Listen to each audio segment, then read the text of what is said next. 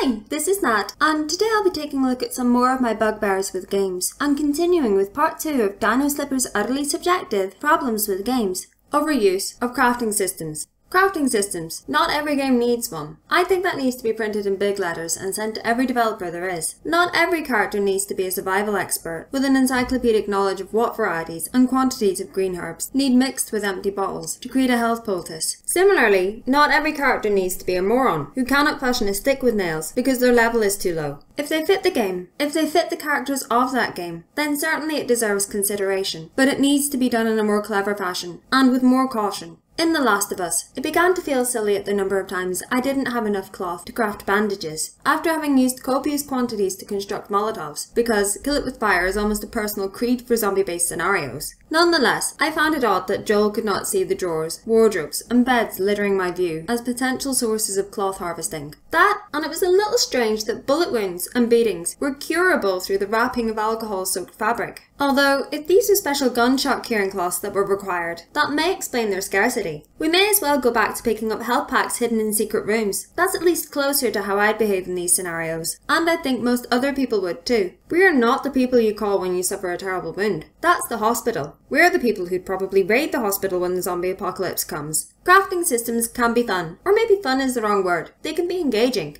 Characters in wilderness or survival situations have a reason to need and use these skills, yet they are a double-edged blade. Every option they include raises another question about why another choice was not present. Make health kits with rags and alcohol. Well, who distilled the alcohol? Can I distill the alcohol? Can I get drunk? Can I trade my homebrew for health kits? What about the bullets? Who takes the bullets out? Is he drunk too? In the wrong games, these mechanics are horrible. We become hoarders, micromanaging resource hogs. There are times I struggle to take my character seriously, when they're talking about the end of the world and I know their bag is filled with rags and twigs.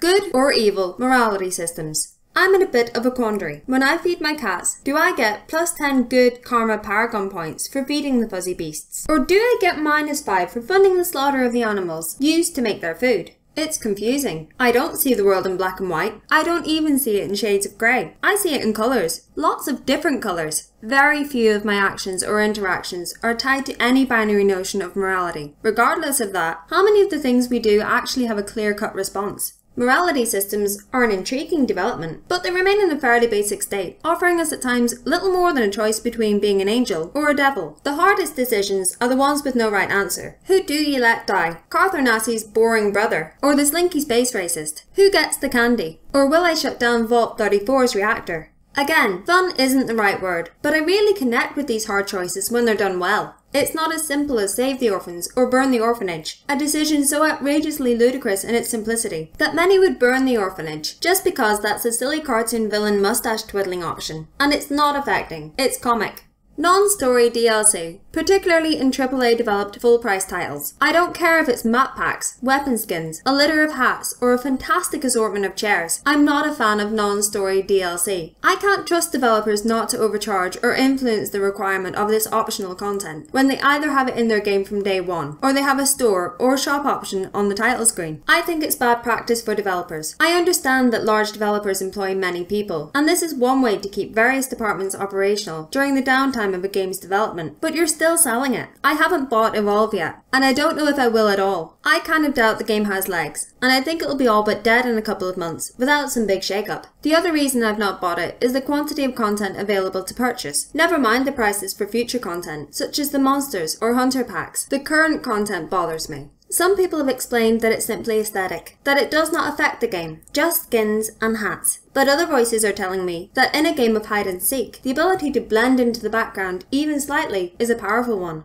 Story DLC. Because I'm wary of most DLC, and because I thought I finished the game. The more DLC I see, the more I feel that games are being gutted in preparation for its inclusion. It feels increasingly cynical and opportunistic. I have encountered areas on maps with invisible walls, knowing all too well that some grand expansion will come along and enlarge this area. And it's not a question of it being on disc, nor one of it being about when development on DLC initially started. It's just, I would prefer if you delayed your game and released it when it was complete. If that led led to an increase in the price of the game, so long as this was reflected in an increase in both content and quality. I think most people would be more accepting of it. It may also lead developers to reevaluate what they are trying to achieve and how they can achieve it efficiently and effectively. Peter Molyneux has garnered much attention of late following his interview with Rock Paper Shotgun for a string of incomplete projects and unfulfilled promises. One thing that struck me from his interview was his declaration about not being a businessman. Now, that may be true, but it is neither particularly responsible nor acceptable when using crowdfunding. 22 Cans is, regardless of Molyneux's comments, still a business, and we should expect it to be run to certain standards. But I do not think Peter Molyneux is alone in having limited business acumen. Perhaps he is simply a man who painted a big target sign on himself. Several large developers expect, and have come to rely on additional revenue generated by downloadable content to continue operating. They have witnessed the explosion of the mobile market, and seen people spend money on free-to-play games like Dota and LoL. The problem is that they are simply mimicking these models, and not taking into consideration the premium we already pay for their titles. As DLC becomes more and more prevalent, I have had to become a much more cautious consumer, as I have come to realise that often I am not buying a game, but paying to install a storefront.